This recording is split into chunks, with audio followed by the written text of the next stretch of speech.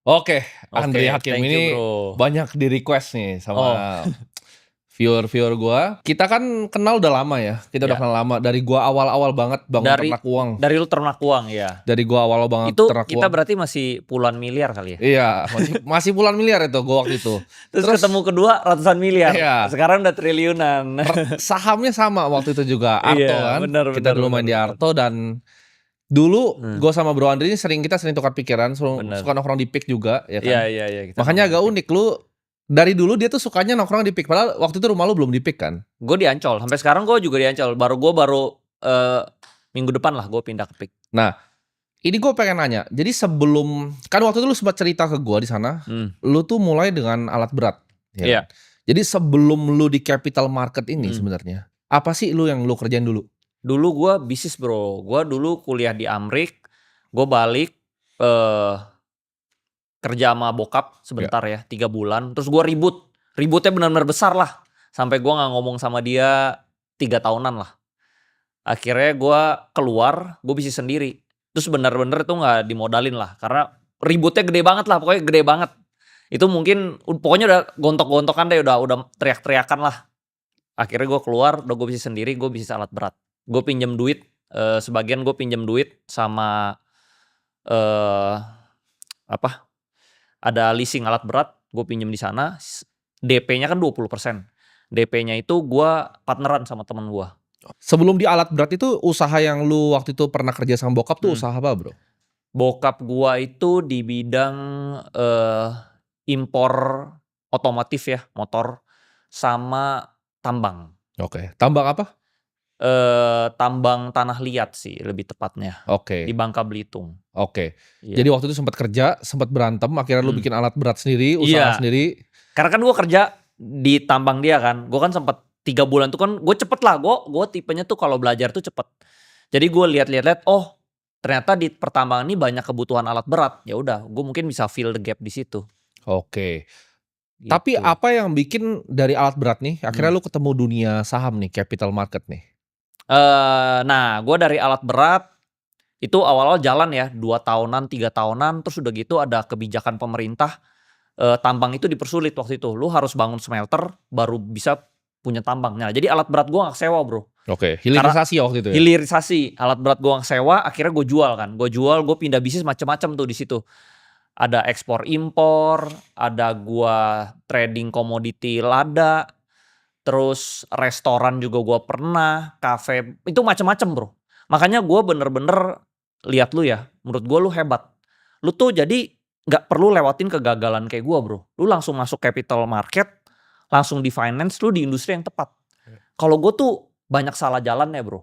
Baru terakhir gue di capital market, makanya gue telat Nah, taunya. apa tuh yang bikin awalnya lu lompat? Gua kan waktu itu gua baca bukunya Mmm, si Buffett kan. mmm, Jadi gua berdagang, gua nggak mmm, bisnis, gua dagang terus pengen gua timpukin ke mmm. market semua. Nah, lu bener, lu realize-nya tuh cepet, gue Ya. realize-nya tuh lambat, Bro.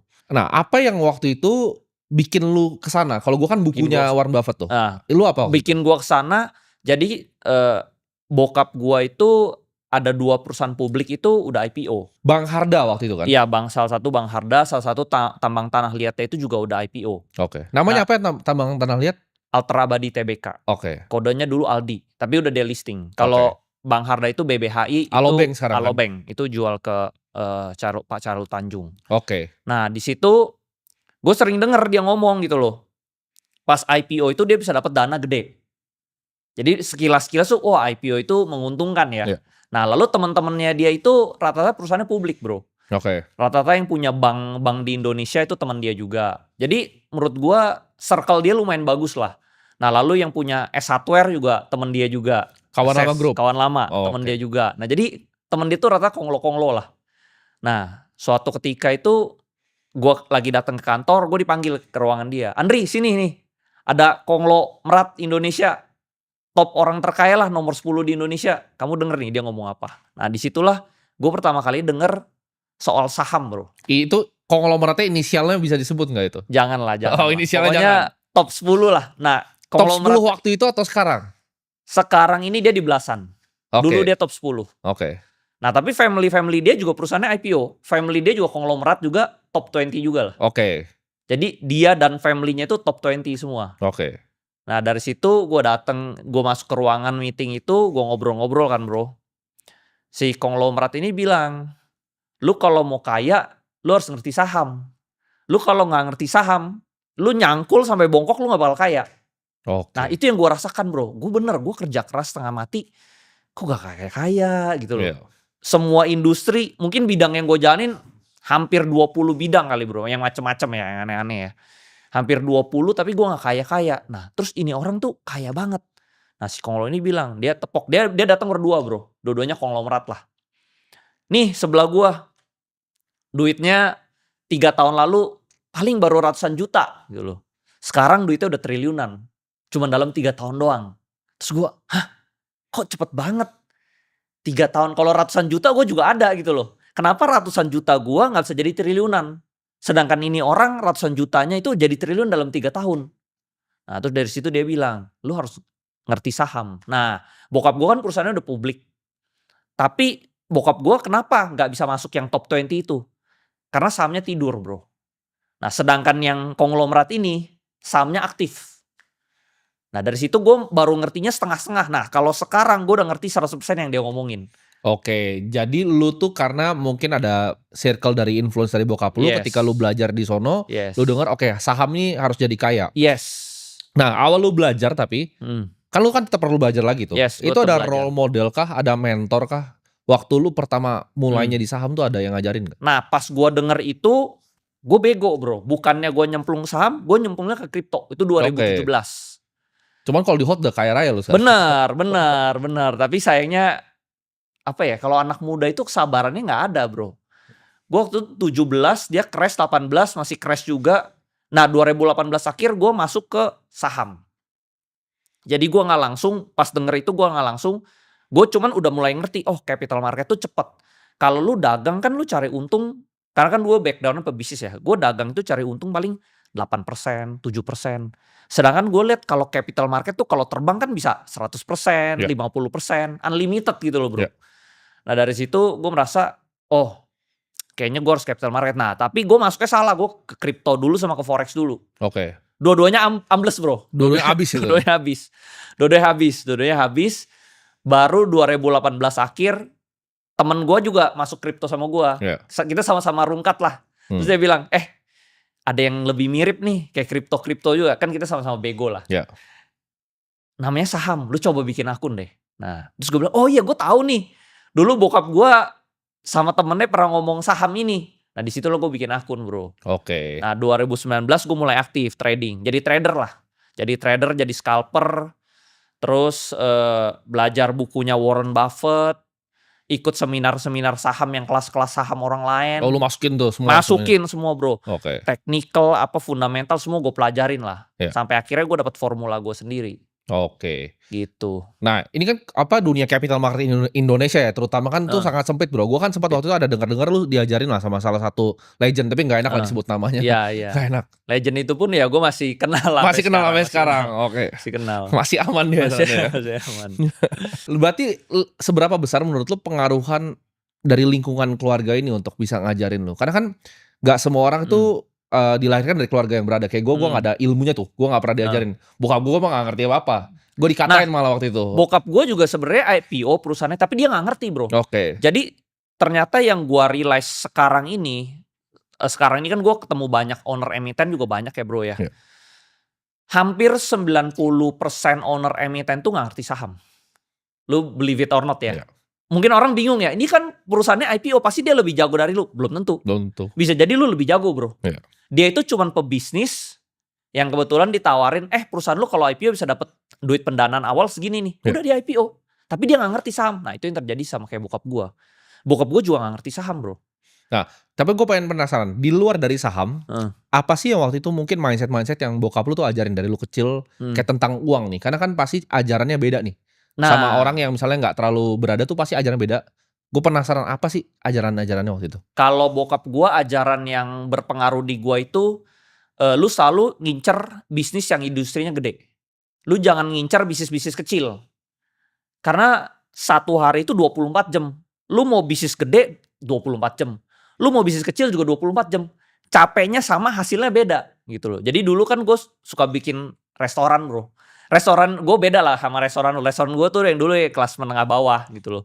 Tapi sama aja Kecil-kecil. susahnya. Susahnya sama tapi mungkin bener. hasilnya beda kan. Iya. Hasilnya beda. Nah itu yang bokap gue maksud. Oke. Lu kalau kayak gue dulu kan bisnis restoran yang bawah ini kan ngincernya profit marginnya tipis tuh bro. Nah dia bilang lu ngapain capek-capek. Kan working hoursnya panjang tuh kalau di restoran kan. Dari jam 3 mungkin lu udah prepare makanannya gitu ya. Sampai long hours tapi cuma dapat duitnya dikit. Lu mendingan cari industri yang gede. Lu kerjanya sedikit dapetnya banyak. Nah menurut gue itu finance. Itu jadi lu ada beberapa mindset seperti tadi ya. Bisnis itu yang penting dikerjain yang besar sekalian. Jangan Yang bisnis besar. yang kecil. Iya. Nah ada gak kalau tentang mungkin keuangan, tentang investasi yang lu pelajarin dulu? Karena bokap gue. Jadi ini kalau kita orang Chinese ya orang Cina ya. Itu juga ada grup-grup sekte-sektenya juga tuh. Ada Cina Hokian, Cina Ke, Cina segala macam kan banyak kan. Itu bokap gue juga bilang, lu jangan kayak yang Cina yang kayak gini nih. Ya, Cina bego, Cina tolol, ngejarnya duit-duit kecil gitu loh. Buka bisnisnya restoran lah, toko baju lah gitu. Lu kejar yang kayak Cina yang kayak gini, bisnisnya tambang, bank gitu loh, yang gede-gede. Tuh, jadi dari situ gue juga, oh ya mindsetnya harus ngejar yang gede nih. Gitu loh. Nah, ini kan dalam pemilihan sebuah saham itu pasti ada frameworknya kan. Lu ada kira-kira lu bilang lu ketemu style lu tuh setelah cari-cari ya diajarin beberapa legend juga kan. Jadi sebenarnya si legend itu nggak ajarin gua sih. Dia cuman ngomong. Cuman waktu itu gua nangkepnya tuh kayak mungkin cuman 30%. Nah, along the way gua di capital market, gua mulai nangkep sedikit demi sedikit yang dia pahamin gitu loh. Oke. Market making itu caranya gimana, lu bikin rame itu gimana. Ya itu semua lah, gue akhirnya ngerti sendiri. Along the way di perjalanan gue. Tapi dia gak ajarin langsung, dia cuma ngomong doang itu gue cuma ketemu satu kali itu doang. Oke. Tapi di perjalanan gue ini dari 2018, perlahan-lahan gue mulai nangkep apa yang dia ngomongin itu. Akhirnya ya jadi yang kayak sekarang. Sekarang itu gue cari saham yang ratusan persen menurut gue sangat gampang bro. Oke, jadi framework lu untuk nyari saham yang ratusan persen ini apa aja bro? Kayak stepnya kira-kira ini yang gue cari tuh harus kayak gini, harus kayak gini, gimana? Awalnya itu gue sebenarnya ketemu Arto itu secara gak sengaja. Awal-awal dulu gue trading, gue cari saham yang value investing. Kan gue baca bukunya Warren Buffett, terus ikut seminar-seminar kan. Value investing lah. Carinya murah, jual mahal. Itu untung gak? Untung, cuman lama bro. Kayak gue hitung-hitung, kayak begini kapan kayaknya ya. Nah tiba-tiba keluar berita tuh di 2019 akhir ya. Bank Artos itu mau diakuisisi sama Jerry Ng. Ya. Nah di situ gue all in bro. Belum all in lah, di situ gue masuk 300 juta lah. Belum all in lah. Gue ada 5 emiten tapi 300 jutanya tuh di Arto ini. Ya udah gue masuk. Tidur. Gak gerak tuh. November, Desember. Jadi berapa lu masuk? 300 juta. Oke. Harganya per lembar saham waktu itu? Waktu itu gue beli di pucuk di 4.000 bro. Oh udah agak mahal masuk udah ya? Udah terbang dari 100 perak dia udah jadi 4.000. Gue beli di 4.000. Terus dia crash kan. Dia crash jadi 2.000. Gue average down. Average down gue cuman sempet di 3.000 kalau gak salah deh. Gue udah gak ada duit lagi buat average down lagi. Duit gue udah mentok. Gue tuh modal dulu investasi saham tuh dari 1M. 1M itu gue dari kumpulan bisnis-bisnis macem-macem lah. Kan tentunya bisnis ada yang untung lah. Nah mungkin kan kita bisnis bertahun-tahun. Bego banget gitu kan. Gak untung-untung. Nah gue dari kumpulan 1M itulah. Oke, jadi dari 1M lu hajar di Arto. Crash jadi 500 juta. Nah 500 juta itu gue hajar ke Arto. Oke. Lu crashnya saham apa tuh salahnya waktu itu? Crashnya sebenarnya waktu itu gak salah. Salahnya itu waktu itu market crash COVID 2020. Semua sahamnya bagus. Ada BCA, BRPT, Arto, terus INKP, satu lagi apalah gue lupa. Semua sahamnya fundamentalnya PE-nya, PE/BV-nya kecil. Kan gue emang carinya yang kecuali BCA ya. Tapi semuanya ada fundamental lah. Tapi crash. Nah dari situ gue belajar memang lu mau sebagus apapun value investing kalau crash ya crash. Gitu. Betul. Itu kan waktu itu lu sempat ada ini kan, lu sempat post yang di Mirai Asset waktu itu lu beli gainer lu tuh BBHI kan? Iya. Alobank. Iya. Nah itu tahun depannya. Iya tahun depannya setelah Arto kan. Nah itu ceritanya gimana? Kalau Arto kan emang Pak Jerry itu orang legend di bankir kan? Legend. Jadi makanya ketika dia itu ya semua orang pasti masuk nah, gitu. Gue realize begini bro. Saham itu kalau di backdoor, lu gak langsung naik. Maksudnya dia naik karena hype. Wih ada saham dia di backdoor nih, orang semua pada beli. Lalu di titik tertentu itu trader itu nggak sabar. Akhirnya dia jual, dia turun. Nah diturunin lu harus sabar. Sampai market maker-nya mulai main. Oke. Nah biasa orang tuh nggak ada kesabaran yang kedua ini bro. Biasa dia udah trend, hype. Karena contoh begini deh, lu baru akuisisi perusahaan yang backdoor ya. Lu kan lagi sibuk nih bro. Di belakangnya lu urusin tender offernya, segala macam. Lu gak sempet mainin sahamnya. Yeah. Begitu lu udah selesai semua, sahamnya memang udah sah milik lu, barulah di situ main. Nah dari jeda situ ke situ menurut gue sekitar butuh waktu 6 bulanan lah. Oke. Jadi waktu itu Arto lu dapat, semua orang udah keluar, gue nunggu di situ nyangkut 6 bulan. Itu lu hajar, lu tebus-tebus terus tuh sampai atas? Gue tebus terus. Oke. Nah dari situ harga average-nya turun ke 400 perak. Dari 400 perak terbang ke 19.000. Oke, nextnya dulu kan berarti kan beli BBHI. Nah itu beli kan BBHI. Dulunya itu kan perusahaan bokap lu Bang Harda sebelum di acquire. Betul. Nah itu kan apakah lu dapat informasi khusus dari situ atau sebenarnya enggak? Enggak. Jadi gue memang tahu BBHI ini mau dijual, tapi waktu itu bisnis bank itu jelek. Karena bank itu harus nambah modal inti 1T setiap tahun. Betul. Bahkan itu bokap lu jual loh. Bokap gue jual itu karena dia bilang bank itu untungnya paling 3% lah. Karena lu kan harus ambil pinjaman dari orang, lu pinjemin orang, lu ambil selisih nih. Dari kasih orang bunga sama lu dapat bunga net dari interest orang. Marginnya. Yes, lu dari selisih itu kurang lebih sama ada yang nyangkut-nyangkut kan banyak ya. Jadi kurang lebih 3%. Gimana caranya lu dari modal lu cuman untung 3% tapi nambahnya 1T bro. Waktu itu modal intinya sekitar 500-an miliar lah. Gimana lu 3% dari 500 miliar bisa setor 1T setiap tahun. Gak masuk akal deh. Bokap gue bilang udah jual aja. Oke. Jual. Nah disitulah dijual. Tadinya banyak yang dealing-dealing. Ya gue mungkin gak enak lah sebutnya. Siapa aja dealing-dealing. Terakhir ke Pak CT yang dealing.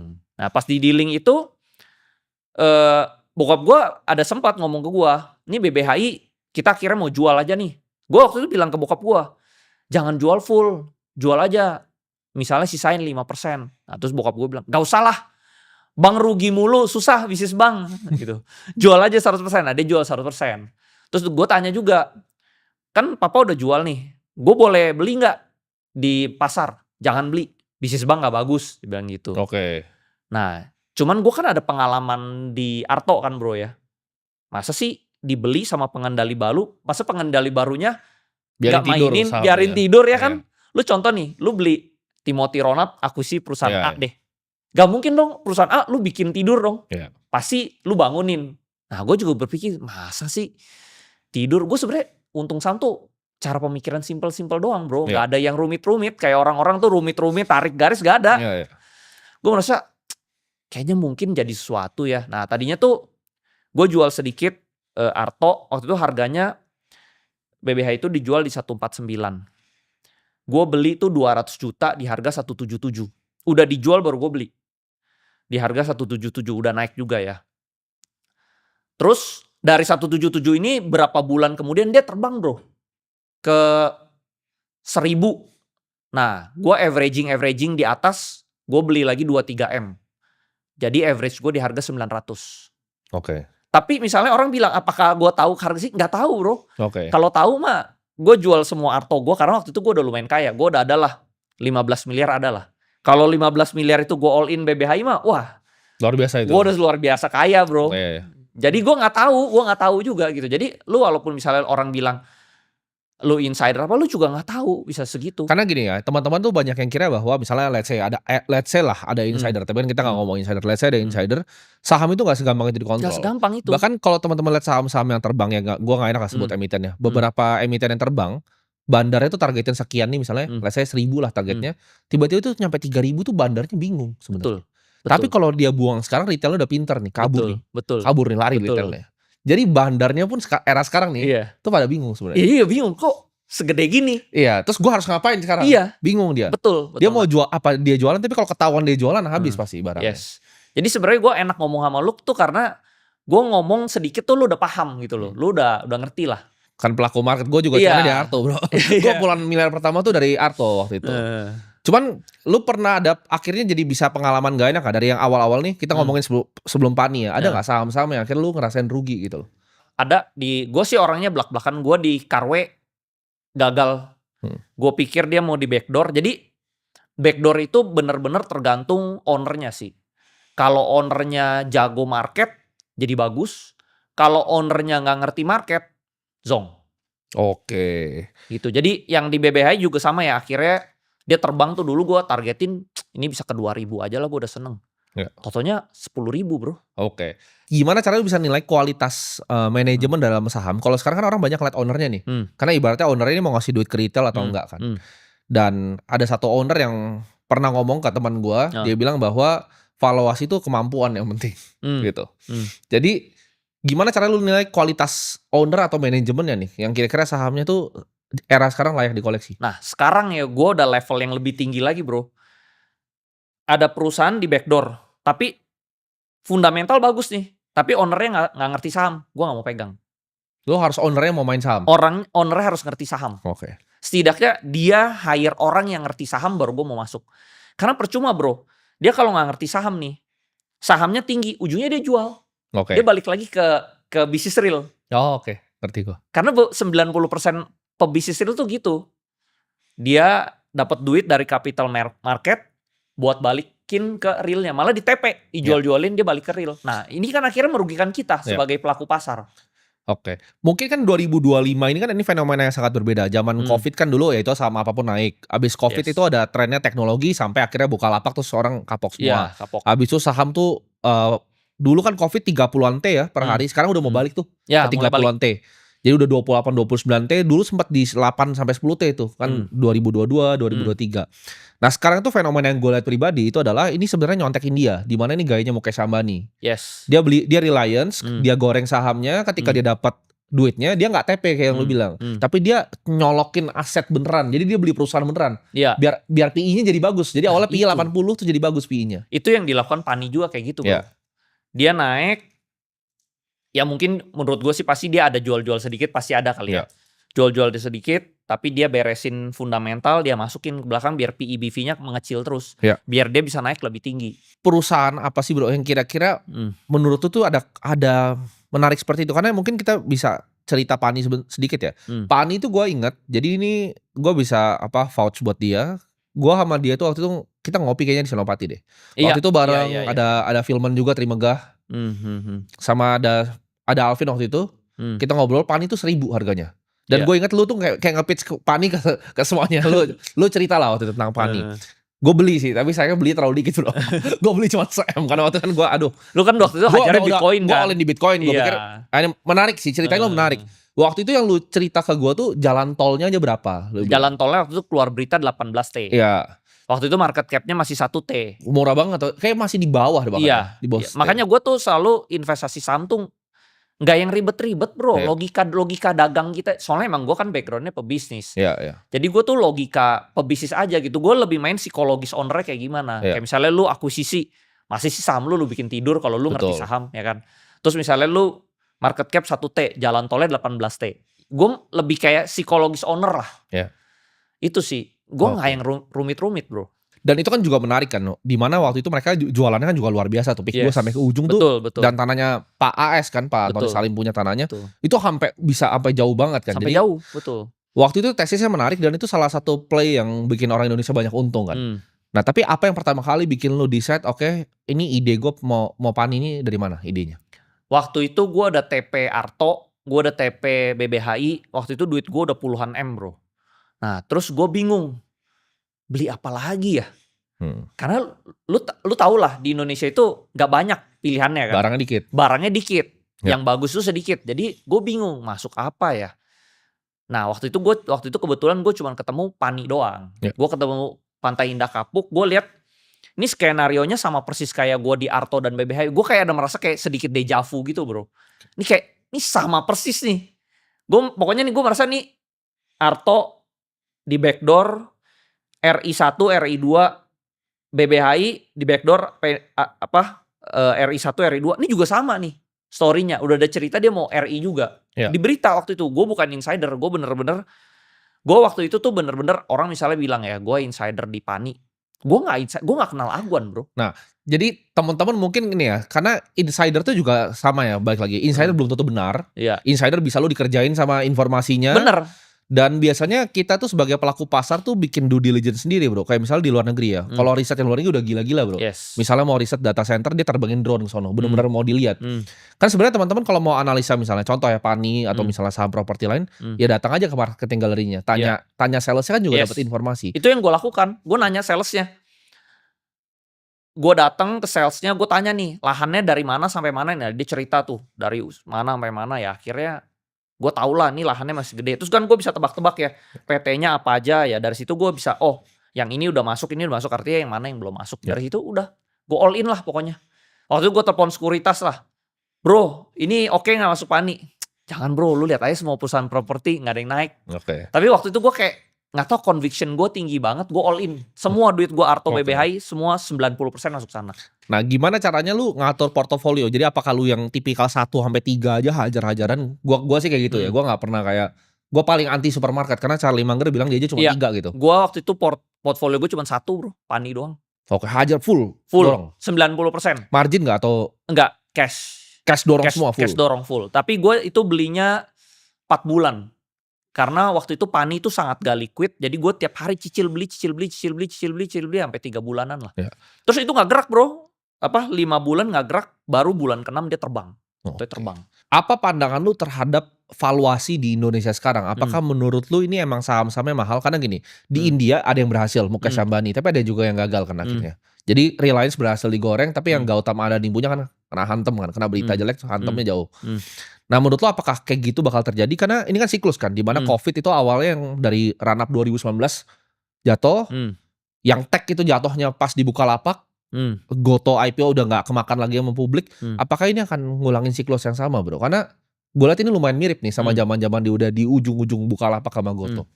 Nah kalau gue selaku orang yang ngerti di market, balik lagi tergantung market cap-nya bro.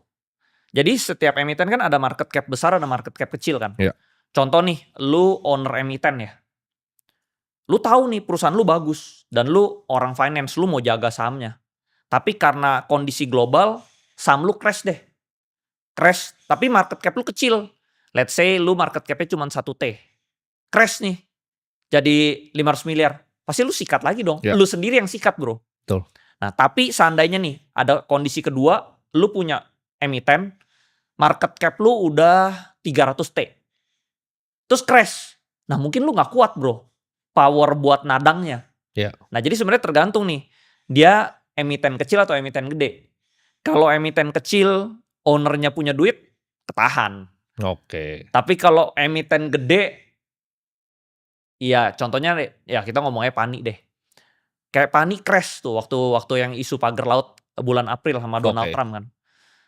Itu sebenarnya ownernya mungkin mau jaga bro. Tapi flow-nya terlalu gede.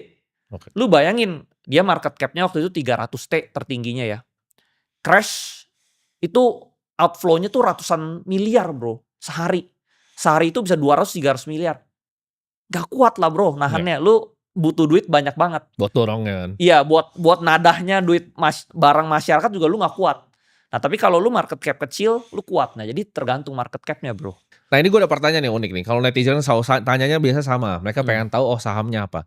Kalau misalnya gue bikin pertanyaan lebih unik. Lu cuma boleh pilih 3 saham. Cuman gak boleh lu trade dalam setahun. Lu harus holdnya 10 tahun. Holdnya 10 tahun ya? 10 tahun. Kira-kira apa? Ya ini di sekarang, di pikiran lu aja. Tapi gue udah kondisi kaya seperti sekarang. Iya, kondisinya lu kaya seperti sekarang. Kaya seperti sekarang gue masuknya blue chip. Blue chipnya apa? 3-nya apa? Blue chip gue mungkin 1 Mandiri, 2 BNI, 3 BRI. Oke, jadi lu masuk 3 itu ya? 3 itu. Sekarang pun juga gue ada masuk 3 itu. Kenapa yang BUMN bro? Bukannya berbahaya ketika misalnya let's say, ini gue ngomong Wakanda ya, pemerintah Wakanda tiba-tiba mau hapus mikro punya loan. Itu kan pasti asing hilang semua. Karena gue merasa pertama dividennya itu udah gede banget. Sekarang nih kalau lu masuk Mandiri itu dividennya 9%. Iya 9,5 bro. Anggap dia crash lagi deh jadi 11%. Gue beli lagi aja bro di bawah. Terus BNI itu 9% dividennya. Tapi kalau lu lihat ya pembukuan dia tuh sebenarnya di harga sekarang tuh bukan 9%, bisa 10-11%. Jadi gue beli aja Gak usah gue jual-jual 10 tahun. Let's say gue sih ada masuk ya, gue ada masuk ratusan M. Lu anggap jelek-jelek deh, cepet aja. Ya. Cepet M aja lu bego-bego 10 M bro. 10% itu 10 M setiap tahun. Tapi lu gak mau ngincar capital gain. Karena kalau kita lihat dari Mandiri sama BRI sendiri, BRI kan earningsnya nih mulai turun kalau kita lihat. Labanya nih kayaknya forecast ke depannya makin turun dia. Lu gak ada concern soal itu?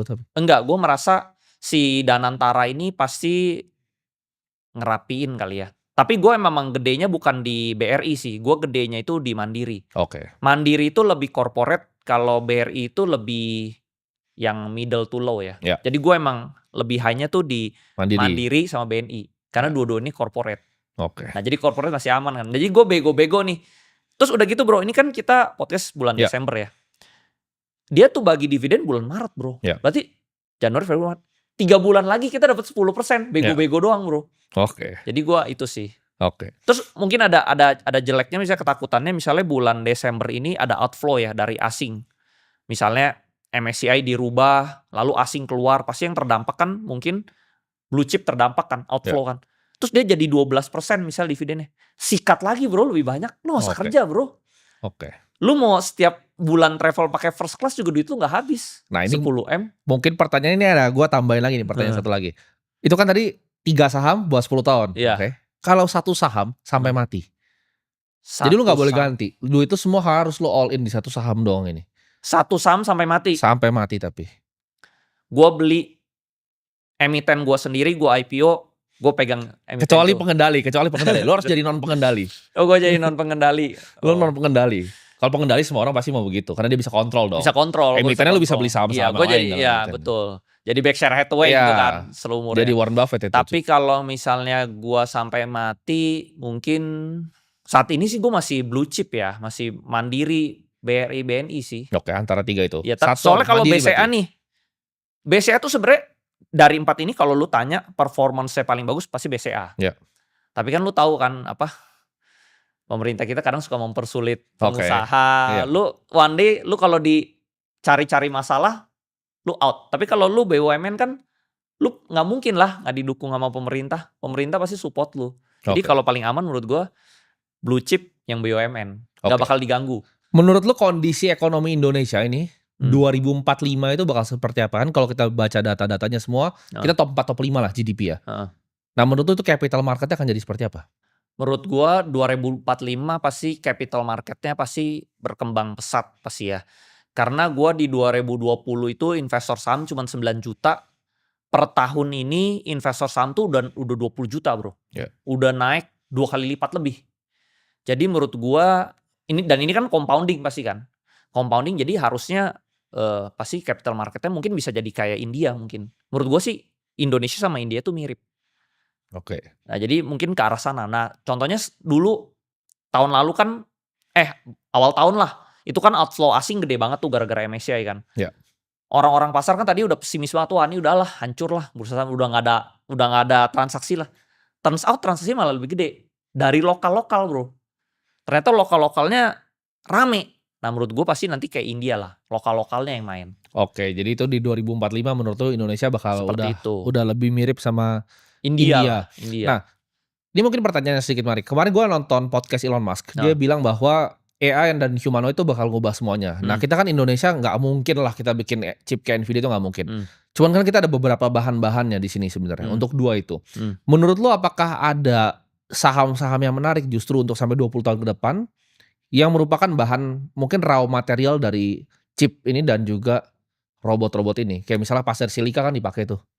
Iya betul, pasir silika dipakai untuk bikin chip ya. Iya. Tapi menurut gua kalau di Indonesia kurang. Soalnya tambang itu izinnya tuh setiap dari gua kan dulu bokap gua juga di tambang ya. Jadi menurut gua tuh tambang itu adalah bisnis yang tidak stabil. Lu tuh pegang IUP pertambangan tuh cuma 5 sampai 10 tahun terus gitu lu perpanjang lagi. Jadi kalau one day tiba-tiba IUP lu nggak diperpanjang itu lu udah mati. Itu pertama dari perizinan lu mati. Kedua dari depositnya. Ketiga dari harganya. Keempat, kalau tiba-tiba ada material lain yang bisa substitute, itu juga mati bro. Contoh dulu kan Misalnya orang pakai batu bara terus bisa disubstitute pakai yang green. Iya. Terus dulu contoh tanah liat gue tuh, bokap gue kan itu dibakar jadi keramik, keramik kayak gini, ya kan. Tapi ternyata bisa disubstitute pakai tanah liat tipe lain. Nah, jadi itu bisa berubah. Nah, contohnya nikel juga. Dulu baterai pakai nikelnya, sekarang bisa dirubah kan, Iya. pakai yang lain. Nah, itu menurut gue tambang itu nggak forever. Oke. Tambang itu nggak forever. Nah, gua ada pertanyaan menarik nih. Kalau misal di negara seperti mungkin India atau Amerika atau Cina, Cina enggak lah, mungkin India atau Amerika ya. Kalau kita misalnya kita bukan investor profesional, kita biasa nyarinya reksadana saham. Cuman di Indonesia mungkin dalam 3 tahun ini ada eksodus yang luar biasa dari reksadana saham nih yang gue lihat. Jadi ini ayam-ayam ini pada kasihan kayaknya. Betul. Nah, Agak nggak perform lah. Agak nggak perform kenapa? Nggak Karena perform. mungkin ya barang-barang seperti yang tadi saham-saham konglomerat mungkin mereka nggak dapat jatah dan nggak bisa masuk web besar. Iya. Jadi betul. mereka resort untuk ya masuk blue chip yang kita lihat selama 5 tahun ini mungkin rata nih. Betul. Kemarin gue baru ketemu sama si Wilson juga Bibit. Dia cerita kalau misalnya 90% tuh RDPU, RDPT. Iya. Jadi kayak sekarang itu ada eksodus besar-besaran nih dari reksadana saham. Menurut lu dengan kayak lu edukasi sahamnya ini kayak begini ada andil nggak dalam situ? Kalau menurut gue ada soalnya di mana kayak orang oke, maunya sendiri gitu. Nggak mau nitip di reksadana. Karena menurut gue zaman dulu tuh ada wave yang suruh orang beli misalnya beli reksadana indeks lah begitu. Gue setiap kali denger influencer yang ngomong kayak gitu di Indonesia, gue pikir ini bukan S&P 500. Serikati bukan S&P 500. Gak perform bro. Lu kalau pilih gituan gak perform. Terus management fee kan besar banget 3-4% kan. Nah ini karena kan gue ambil kelas WMI kan. WMI Wakil Manajer Investasi kan. Jadi di Indonesia itu ada peraturan yang aneh bro. Lu kalau misalnya jadi manajer investasi, lu tuh harus dipecah. Portfolio lu jadi 10. Betul. Itu menurut gue agak bodoh bro. Lu 10. Jadi gimana perform? Alokasinya juga ada kan. Kalau saham harus 90-10 kan dia. Iya. Jadi kalau misalnya yang ini naik nih, yang saham yang nomor 1 naik tinggi, lu harus jual, lu harus bikin jadi rata lagi. Ya terus lu jadi nggak bisa perform dong bro. Nah itu peraturan itu bikin mereka nggak bisa perform. Itu contoh misalnya lu dapat saham Pak PP nih, Pak PP-nya perform. Lu harus jual Pak PP-nya, harus ya, lu nggak boleh keep, lu harus jual, masukin rata yang lain, jadi semua harus maksimal 10%. Ya. Nah itu bikin nggak bisa perform. Jadi kalau lu masuk reksadana, lu mendingan lu masuk sendiri. Oke. Nah ini peraturan utama yang bikin dia nggak bisa perform kayak S&P. Oke. Nah ini gue mungkin pertanyaan sedikit ya. Kan kemarin gue ada dengar beberapa kasus yang di pasar modal ini orang dihack ya. Kita nggak usah ngomong lah sekuritasnya apa. Itu menurut lu kenapa mungkin bisa terjadi sebagai pengamat di pasar? Dan kenapa misalnya let's say bursa itu nggak bisa reverse transaksi? Kalau setahu gue mekanisme bursa itu harusnya bisa reverse transaksi. Itu menurut lu kenapa? Kalau yang kemarin, jadi akun gue sendiri juga ada kena hack bro. Oke. Tapi gue dananya dibalikin. Oke. Dana gue dibalikin. Di sekuritas apa kalau nggak bisa ngomong? Janganlah. Jadi gue juga kena hack. Itu ratusan juta dibalikin tapi dananya. Canggih sekali kan mereka hacker. Jadi pakai malware. Canggih. Mereka. Jadi gue bingung ya. Waktu itu libur panjang bro. Waktu itu libur kalau nggak salah Sabtu, Minggu, Senin. Ya. Atau Kamis, Jumat, Sabtu, Minggu, Senin gitu. Liburnya panjang lah. Libur panjang ya. Tiba-tiba gue bingung. Kan kalau sekuritas kan sekarang udah terkoneksi ke BCA kan. Ya. Tiba-tiba ada yang withdraw bro. Oke. 100 juta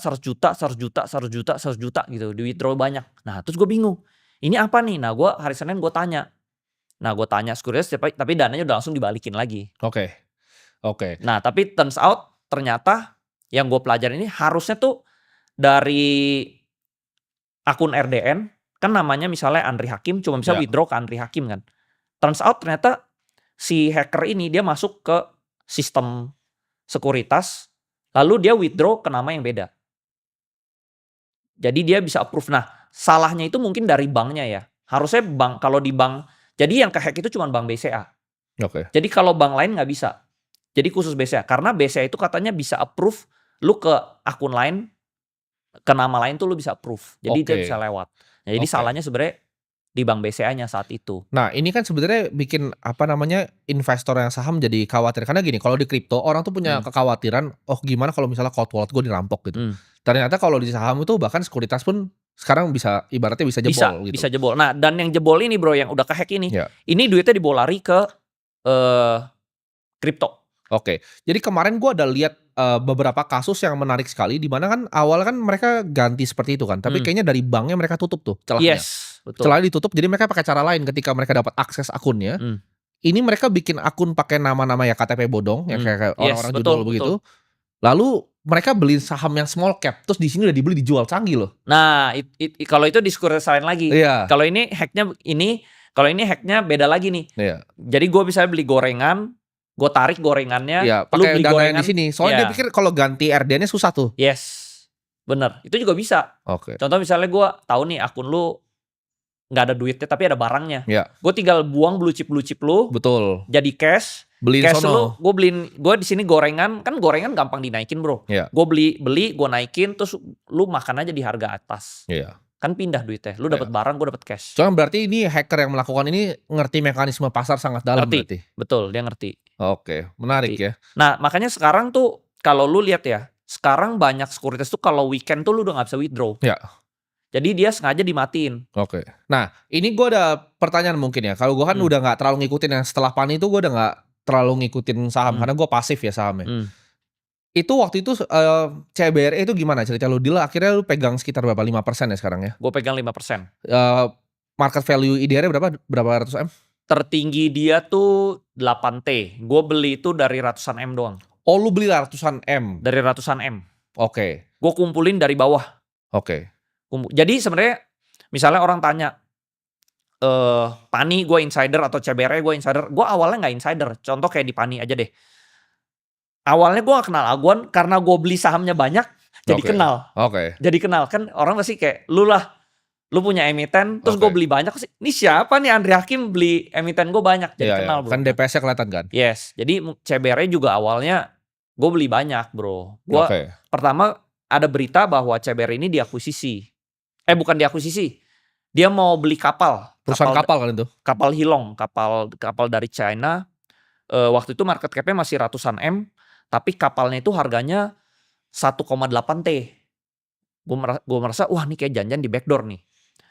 Jadi gue mulai beli dikit. Ya. Pas mulai beli dikit, ya gue tanya-tanya sekuritas lah. Kan gue tau lah, kira-kira dia IPO pakai sekuritas apa ya, gue kurang cari-cari informasi lah. Ini akuisisinya bener gak sih? Belinya bener gak sih? Kata sekuritas bener. Ya udah, gue dari situ akum. Karena gue udah beli gede, gue jadi takut dong. Gue harus tahu ownernya nih. Ini bener nggak? Nah akhirnya ngobrol-ngobrol dari teman ke teman, akhirnya gue kenal.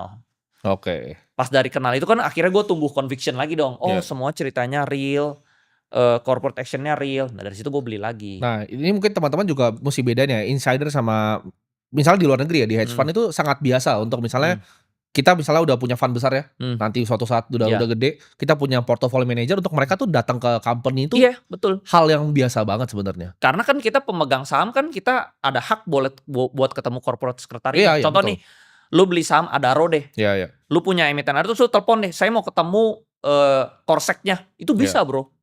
Jadi lu punya saham berapa dulu? Iya gitu. Misalnya gue punya, sebenarnya kecil juga gak apa-apa kok. Kecil misalnya 1M tuh juga gak apa-apa. Nah dari situ kan gue ketemu ownernya ya. Akhirnya kan gue bisa nego juga sama dia. Gue bisa beli lebih banyak lagi gak? Gue mau beli misalnya 5%. Gue udah punya segini nih. Gue tinggal tambah sedikit lagi jadi 5%. Ya jadi gue deal-dealan lah.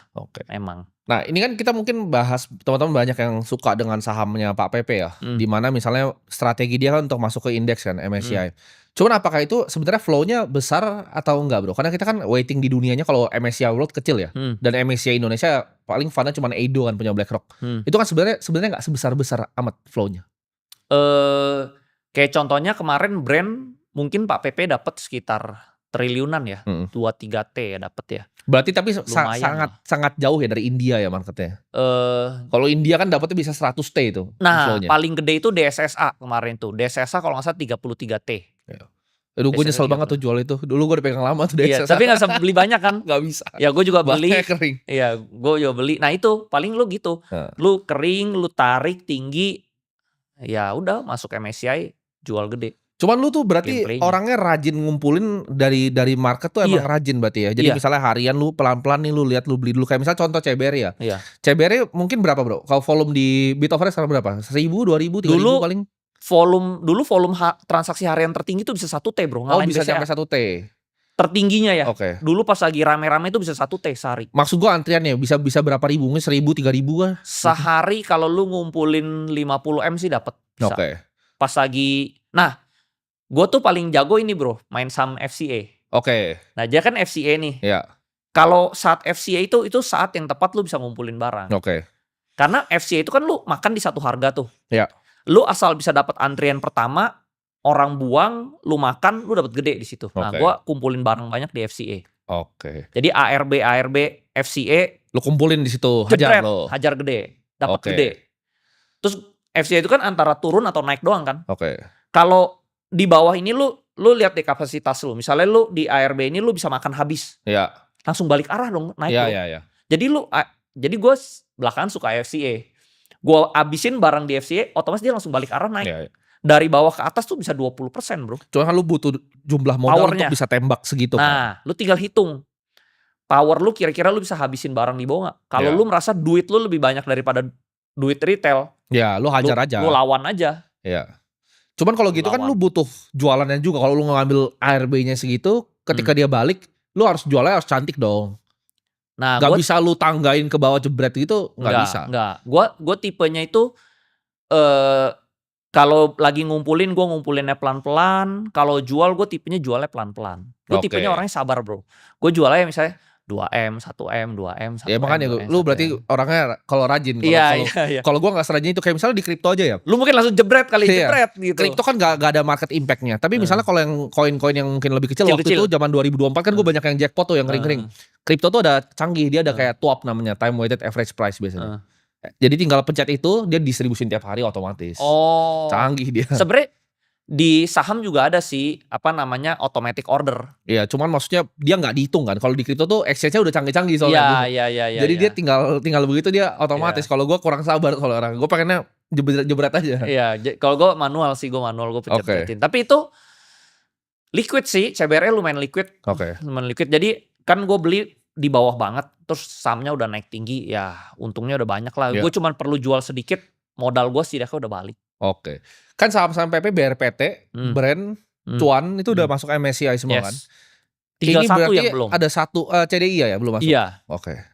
Ya kita udah tahu lah next gameplaynya kemana. Menurut lu 6-12 bulan ke depan, nah, saham apa yang bisa 50%, 100%? Salah satu CDI mungkin bisa. Mungkin ya, we don't know, tergantung moodnya Pak PP. Tapi dia udah gak ada mainan nih. Brand udah masuk, Cuan udah masuk, BRPT udah masuk, PTRO udah masuk. Ya. Dia cuma mainan dia tinggal sisa ini. Kalau dia mainin yang ini, dia cuci piring di atas bro. Cuci piring asing. Tinggal ini doang yang belum. Menurut gue sih full power dia bakal kesini. Oke. Gua. CDI ini kan isinya lumayan banyak ya, ada renewable, ada macam-macam ya. Jadi lu berharap orang tuh banyak kan lebih ngerasa oke gue titipannya deh duit gue ke Pak PP, oke. Ketika dia dapat duitnya ntar dia yang masukin aset gitu kan. Iya. Oke. Jadi kalau teman-teman perhatiin saham-sahamnya beliau banyak yang tadinya PI-nya besar jadi kecil kan. Karena akhirnya dia masukin aset beneran. Iya. Terus udah gitu enaknya main saham PP itu liquid banget bro. Ya. Lu mau liquid. Kalau itu oke. Liquid lah, lu mau 50 100 masih bisa dihajar 100 M sehari masih bisa kalau PP. Kalau yang kayak CBRE mungkin lebih kecil lah, lebih kecil. Jadi kalau misalnya pengalaman lu, kan lu kan ada tadi lu bilang lu ada salah tuh yang di Carway kan? Carway salah gua. Kapan kita mungkin sebagai retail itu average down dan kapan ini ini salah nih, tesisnya nggak ada nih cut loss gitu? Gua lihat tesisnya broker ownernya mulai jualan. Jadi pas saham Carway itu pas saham gua ketemu tuh di harga 200-an perak gitu ya bro. Dia terbang. Gue udah beli-beli terus, dia terbang ke 7.000. Terus gue lihat broker ownernya mulai jualan. Ya udah, out lah. Oke. Tapi itu yang kedua, yang pertama kali dia crash, gue udah jual dulu, udah gitu dia naik lagi, ownernya jualan, gue udah gak pegang lagi. Oke. Kalau menurut lu sekarang ya, seberapa penting foreign flow dalam melakukan analisa sebuah emiten? Foreign flow, kalau gue sebenarnya sukanya itu pas gue lagi akumulasi itu nggak ada foreignnya. Kayak CBRE, apa segala macem, PANI, Arto, BBHI. Dulu pas gue masuk tuh nggak ada foreign. Lu masih lawannya retail, lu koleksi. Begitu udah ada foreign, justru sahamnya udah terbang bro. Oke. Jadi gue suka collect tuh pas lagi nggak ada foreign. Gitu kayak CDIA nih lagi tidur, lagi sepi, nah gue collect. Oke. Kalau dia udah naik, gue udah gak kejar, gue udah ride the wave aja sih. Oke. Gitu. Lu berarti tiap hari jam market tuh lu mantengin berarti? Pantengin. Biasa apa yang lu pantengin kalau di depan itu? Gue ada bikin watchlist emiten-emiten yang menurut gue oke. Setiap hari gue pantengin. Kalau tiba-tiba ada volume beli gede, gue ikut nebeng. Oke. Karena ibarat ada orang yang main di universe gue tahu. Oke. Tuh, jadi gue bisa pilih nih, kan gue punya barang misalnya, gue bisa jual dulu sebagian atau gue ikut trading. Gitu. Tapi gue cuma main di universe gue itu doang, cuman 20-25 emiten lah. Oke. Nah retail kan sebenarnya masih suka banyak yang teriak-teriak nih. Kalau retail yang di sosmed ya tapi gue ada lihat ada perbedaan nih antara retail yang gue bener-bener lihat di market sama retail yang di sosmed. Kalau retail di market gue lihat tuh mulai pintar. Misalnya orang-orang XL yang dulu diketawain, mulai pintar. Jadi kalau lu lihat brokernya emitennya jual, bandarnya mereka langsung pop hilang semua. Iya. Jadi udah mulai pintar nih. Gue lihat kalau yang di market, tapi yang di sosmed ini sama nih, masih selalu kayak nyalain orang dan lain-lain. Menurut tuh perbedaannya apa sih orang-orang yang suka? Oh ini salah nih karena dia. Menurut gue gitu. Yang salahin orang lain gak bakal bisa bertumbuh bro. Sama lalu sejago-jagonya gue ya. Gue contoh ya member-member gue rata-rata untung. Tapi kan ada juga yang rugi lah. Yang rugi tetap aja masih salah-salahin juga masih ada. Walaupun misalnya 90% untung 10% rugi. Rugi itu kan sama lalu juga pasti sama. Lu kasih untung diem. Kalau untung diem. Untung diem. Kalau salah teriak-teriak. Tapi nanti pas naik rebound dia diem lagi, hilang lagi. Gitu sama lah bro. Karena mungkin mereka baru pertama kali terjun kali ya. Sedangkan kalau yang di Stockbit mungkin dia udah pernah kejeblos dia mulai belajar. Ini mungkin pertanyaan untuk retail ya. Apa tanda emiten atau bandar dari emiten tersebut mau mainin atau manipulasi harga saham? Karena banyak kan yang rampok 100-200 miliar tuh. 1 tahun ini gue lihat adalah beberapa emiten yang ngerampok begitu. Nah makanya balik lagi ya, sebuah emiten itu layak kita beli atau hold tuh balik ke ownernya sih. Kalau ownernya ngerti saham dan goalnya tinggi, nah ini boleh kita hold. Tapi kalau ownernya kita lihat nih cuman mau jualan, ya kita juga trading aja bro. Udah untung kita jual. Mungkin jadi ini gue bener-bener lu harus lihat owner. Lu kan tadi bilang bahwa lu masuk CBRE itu di market cap berapa? 200M kalau nggak salah. 200M. Itu dari harga 75 perak bro. Nah berarti kan lu kan pegang posisi 200 miliar lebih dong harusnya sekarang di market cap sekarang. Betul. Itu plannya gimana dan buat apa? Kan itu kan ada perbedaan di mana misalnya contoh contoh gue beli Bitcoin ketika 16 ribu kan gue hantam terus sampai atas. Kira-kira total naik gue tuh 550% lah. Itu gue bisa exit semua. Sedangkan CBRE lu naiknya jauh sekali.